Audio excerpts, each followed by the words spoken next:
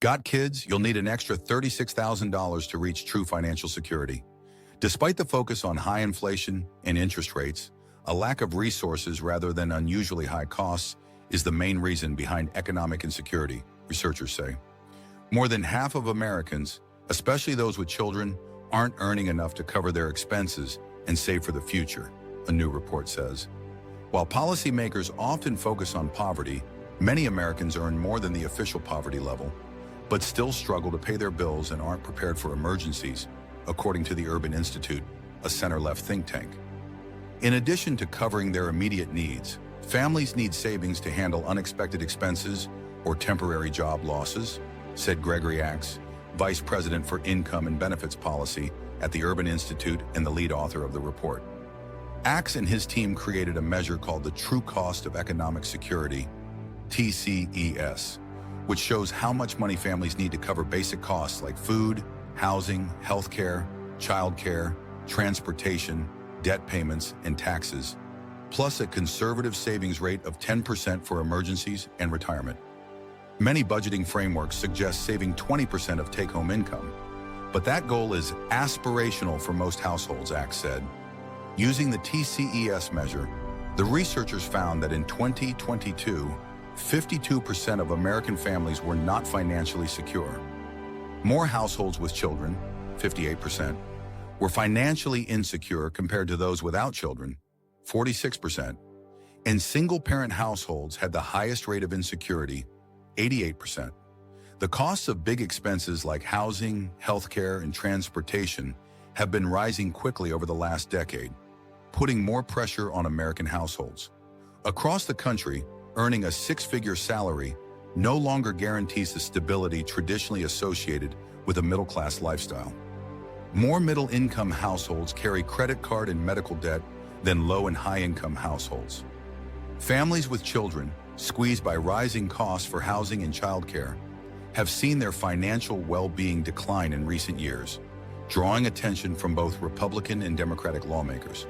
After decades of stagnant wage growth and growing inequality, the costs required for economic security exceed the resources of half of U.S. residents, says the Urban Institute report funded by the National True Cost of Living Coalition, a group of anti-poverty and advocacy organizations.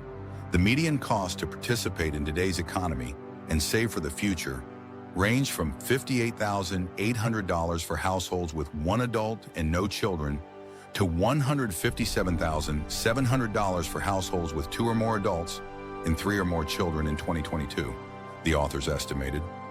More specifically, the cost of financial stability for households with two or more adults and no children was $103,500, about $36,000 less than the $139,700 needed for households with two or more adults and two children, according to the report.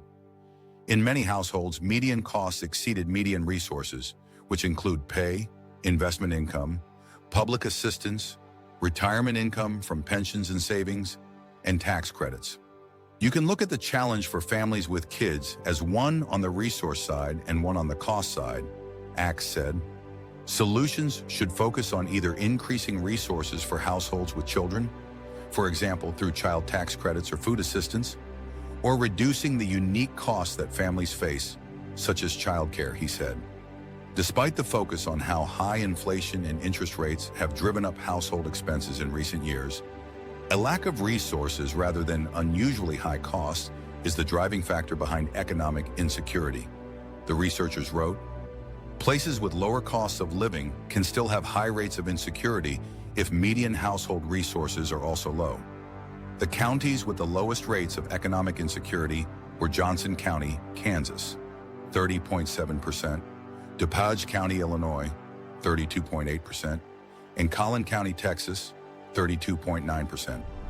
The counties with the highest rates of insecurity were Bronx County, NY, 78.3%, Hidalgo County, Texas, 67.8%, and Kern County, California, 65.9%, the authors found.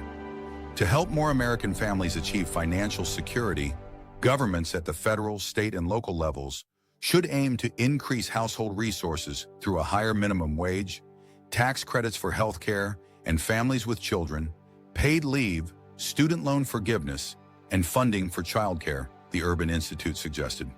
They should also work to bring down pharmaceutical costs through the government's market leverage and lower housing costs by changing zoning policies may reduce job opportunities for younger workers. Financing tax credits and subsidies may strain government budgets and require tax increases on higher-income families.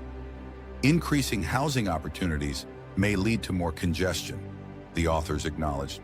But these steps will put economic security within reach of millions of families, and more families will have the resources to invest in themselves, their children, and their communities, with benefits unfolding through future generations.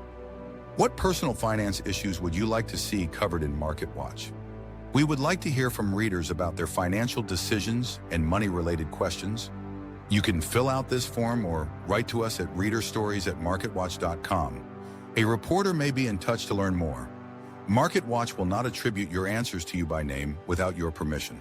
Got kids? You'll need an extra $36,000 to reach true financial security. Despite the focus on